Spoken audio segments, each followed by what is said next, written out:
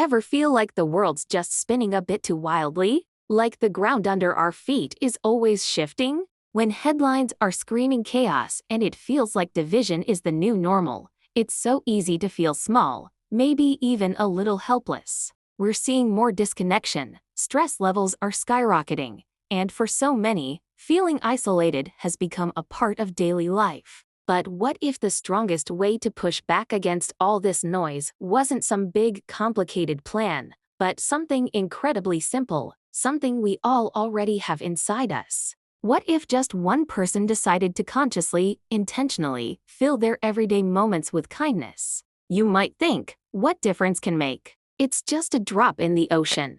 But honestly, you won't believe the ripple effect. Get this, did you know that a single act of kindness often gets paid forward not just once, but multiple times? Some research even suggests one kind act can spark up to 5 more. And it doesn't stop there. That impact can actually spread through our social networks up to 3 degrees of separation. Just imagine that. One small, genuine gesture, echoing out way further than you can even see. This isn't just about warm fuzzies. It's about a real, almost unbelievable power we all have. We're all living in this ordinary world that feels more unpredictable by the day. Global worries, money anxieties, the non-stop pace of change, it all adds to this background hum of unease. So many of us feel it, that constant stress that chips away at our sense of safety, making us more guarded, less open to each other. Let's picture someone. Let's call him Alex. Alex is just like us.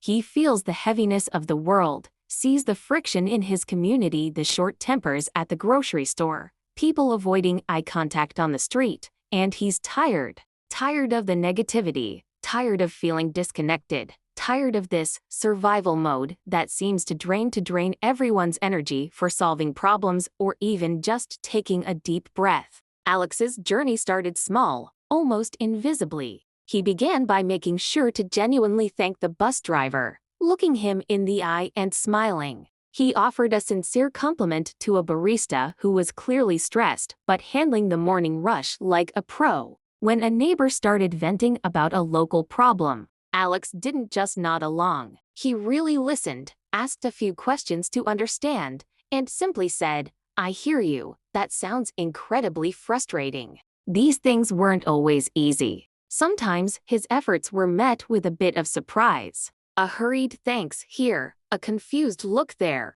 Those old habits of cynicism or impatience, both his own and from others, definitely popped up. There was a bit of an initial awkwardness, a slight hesitation from people who weren't used to unexpected warmth. But Alex kept at it. He reminded himself that being consistent and genuine was crucial. This couldn't just be for show. He focused on valuing people, on recognizing their efforts and struggles, no matter how small. He made a conscious effort during a team meeting at work, a space that had gotten tense. Instead of jumping in with his own points, he made sure to acknowledge what others were saying first. He'd say things like, "That's an interesting way to look at it. Sarah, can you tell me more about that?" Or, "Mark, I appreciate you bringing that up." He was trying to understand, not just wait for his turn to speak. He actively listened, trying to catch the feelings behind the words.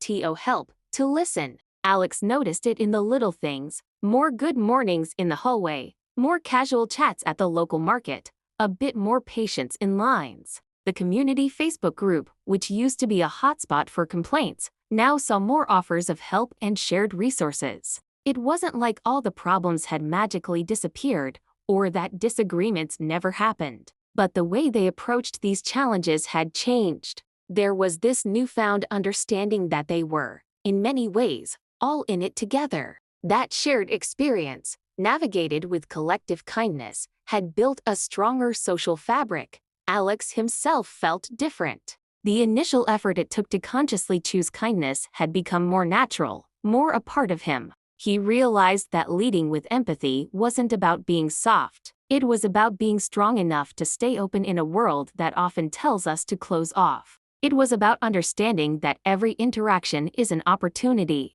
He'd seen firsthand how these actions really do reduce stress, build community, and create genuine psychological safety. What if you tried just one small act of conscious kindness today? Just hold a door open with a genuine smile. Really listen to a friend without interrupting. Thank someone for something they did. If this story connected with you, please share this video. Let's inspire each other.